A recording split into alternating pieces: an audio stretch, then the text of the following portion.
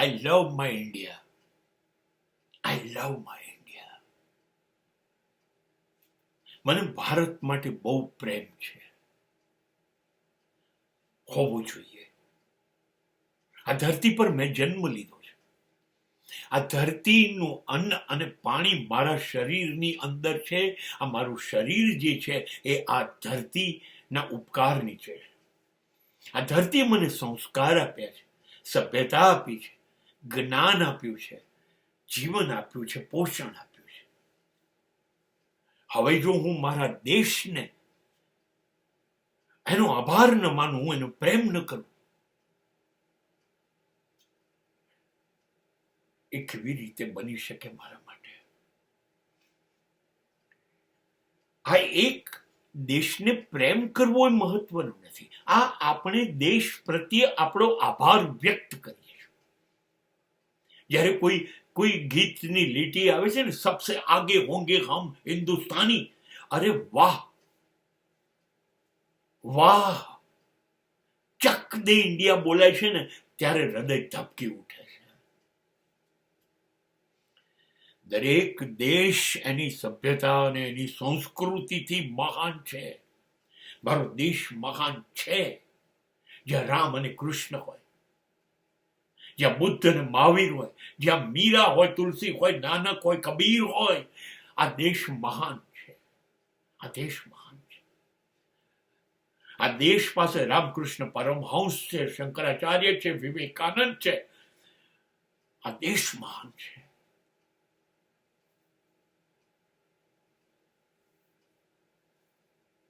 આ દેશ પાસે ગાંધી છે, સુભાષ છે. આ દેશ પાસે 20 વર્ષનું લાવારસ જેવું યૌવન છે, ભગતસિંહ, જે દેશ માટે ફાંસીનો ગાયો હસતા હસતા પહેરી લે છે ને ગાય છે, હે વતન હમકો તેરી કસમ. જ્યાં એનો એક એક સૈનિક ગાય છે, जिंदा रहने की मौसम बहुत है मगर जान देने की ऋतु रोज आती नहीं, कट गए सर हमारे तो कुछ गम नहीं, सर हिमालय का हमने न झुकने दिया. આ છે આ દેશ. આ ગાર્ગીનો દેશ છે. આ ઝાંસીનો દેશ છે.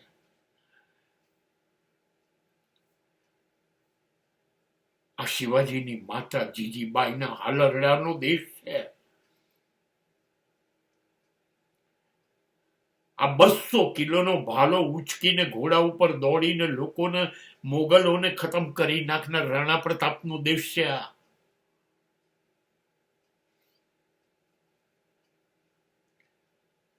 હું એ દેશમાં જન્મ્યો છું. હું એ દેશમાં.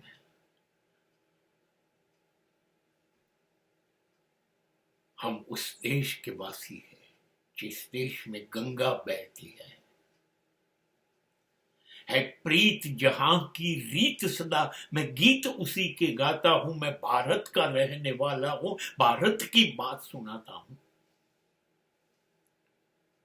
जीते हैं किसी ने देश तो क्या हमने दिलों को जीता है. जहां राम अभी तक है दिल में, नारी में अभी तक सीता है.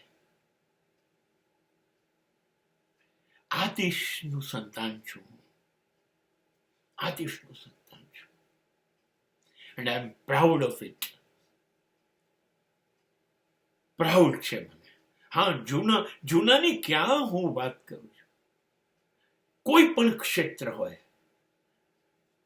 મારી પાસે યુસુફ ખાન, દિલીપ કુમાર જેવી એક અભિનયની યુનિવર્સિટી છે. મારી પાસે લતા મંગેશકર, મોહમ્મદ રફી, કિશોર કુમાર, મુકેશ જેવા અનેક લિજેન્ડ ગાયકો છે.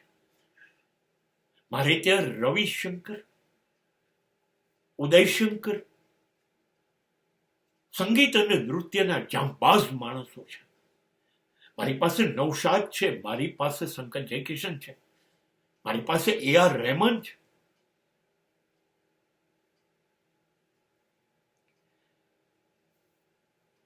મારી પાસે ટેસ્ટ મેચમાં સૌથી વધુ રન આ પૃથ્વી પર કરનાર સુનિલ ગાવસ્કર છે. ભારતને પહેલો વિશ્વ કપ અપાવનાર કપિલ દેવ છે. મારી પાસે 100 સેન્ચુરી કરનાર સચિન તેંડુલકર છે. મને કેમ ગર્વ ન હોય મારા દેશ ઉપર? I am Indian. I love my India.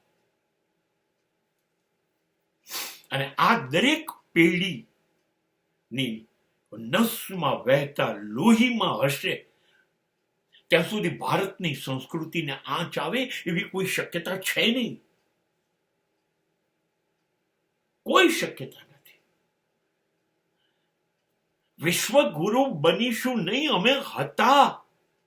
અમારી નાલંદા હતી જ્યાં પૂરું વિશ્વ ભણવા આવતું હતું. અમે વિશ્વગુરુ જ હતા. અમારે ત્યાંથી જ તમે વિજ્ઞાન પણ લઈ ગયા છો. અમારે ત્યાંથી જ તમે તબીબી શાસ્ત્ર લઈ ગયા છો. અમારે ત્યાંથી જ તમે કોતરણી કામ, શિલ્પકામ લઈ ગયા છો. બધાનો પાયો આ છે. તમે તો ગણિતમાં અને વિજ્ઞાનમાં રોકાઈ ગયા હોત, ખતમ થઈ ગયા, 1 થી 9 સુધી પહોંચ્યા પછી અટકી ગયા હતા. અને જે 0 જોઈતો હતો એ અમે આપ્યો છે. અને પછી તમે અબજો સુધી ગણતા થયા છો. હા, અને હજી પણ અમે પછાત નથી. હા, જરૂર અમે ગરીબ છીએ, તકલીફમાં છીએ, કચડાયેલા છીએ, પીડાયેલા છીએ, ગુલામ હતા વર્ષો સુધી, મંજૂર છે. અને છતાં વિકસિત દેશો ની જેમ અમે પણ આકાશમાં અમારો ઝંડો લહેરાયો છે.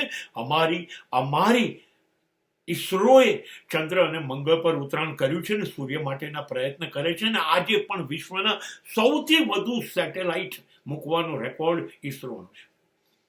હવે અમે સંગીત, નૃત્ય, અભિનય, રમત ગમત, બધા વિજ્ઞાન, એન્જિનિયરિંગ, કોમ્પ્યુટરિંગ, તમામ ક્ષેત્રની અંદર ભારત પોતાના ડગલા માંડી રહ્યું છે. અને પૂરી મજબૂતાઈથી. તો પછી મને મારા દેશ માટે ગૌરવ કેમ ના હોવું જોઈએ? And I am proud of to be Indian.